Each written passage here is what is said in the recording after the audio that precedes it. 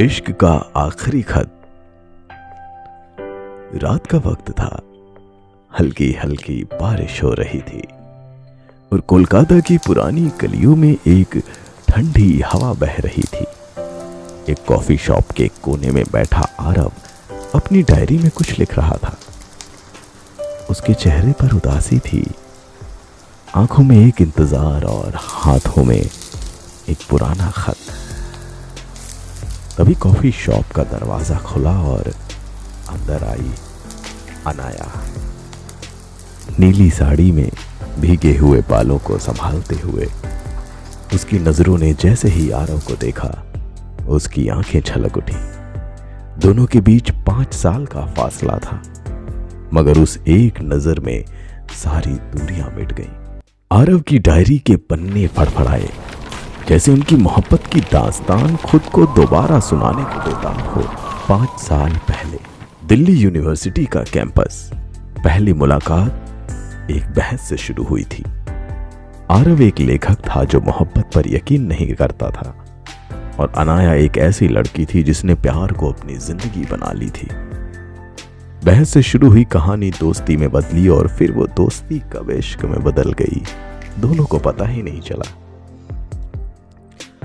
आरव की कविताएं अनाया की हंसी से सजती और अनाया के गाने आरव के दिल को छू जाते। दोनों ने साथ में बेपनाह खूबसूरत वक्त बिताया, लेकिन फिर एक दिन किस्मत ने उनके प्यार की परीक्षा ली।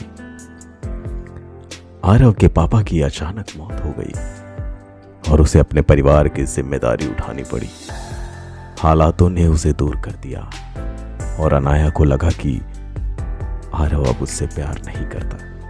गलतफहमियों ने उन्हें अलग कर दिया, मगर एक दूसरे की यादों से कभी आजाद नहीं हो पाए। आज 5 साल बाद उसी कॉफी शॉप में वे फिर से आमने सामने थे। अनाया ने हिम्मत करके पूछा, क्या तुम्हें कभी मेरी याद नहीं आई? आरव मुस्कुराया, उसकी आंखों में नमी थी। उसने वो पुराना खत अनाया की तरफ बढ़ाया। यह खत मैंने तुम्हें लिखकर कभी भेजा नहीं, मगर इसमें हर रात मेरी मोहब्बत का इजहार था। अनाया ने कांपते हाथों से खत खोला और उसमें लिखा था, अनाया, मैंने तुम्हें खो दिया, मगर तुम्हारी यादों को नहीं। अगर कभी जिंदगी हमें दोबारा मिलाए तो मुझे एक बार फिर से तुम्हारा बना लेना। अनाया की आंखों से आंसू छलक पड़े। उसने धीरे से आरव का हाथ थाम लिया और कहा, जिंदगी ने हमें दोबारा मिलाया है और इस बार मैं तुम्हें कभी खोने नहीं दूंगी। बाहर बारिश तेज हो गई थी और अंदर 2 दिलों के बीच सालों पुराना इश्क फिर से खिल उठा था।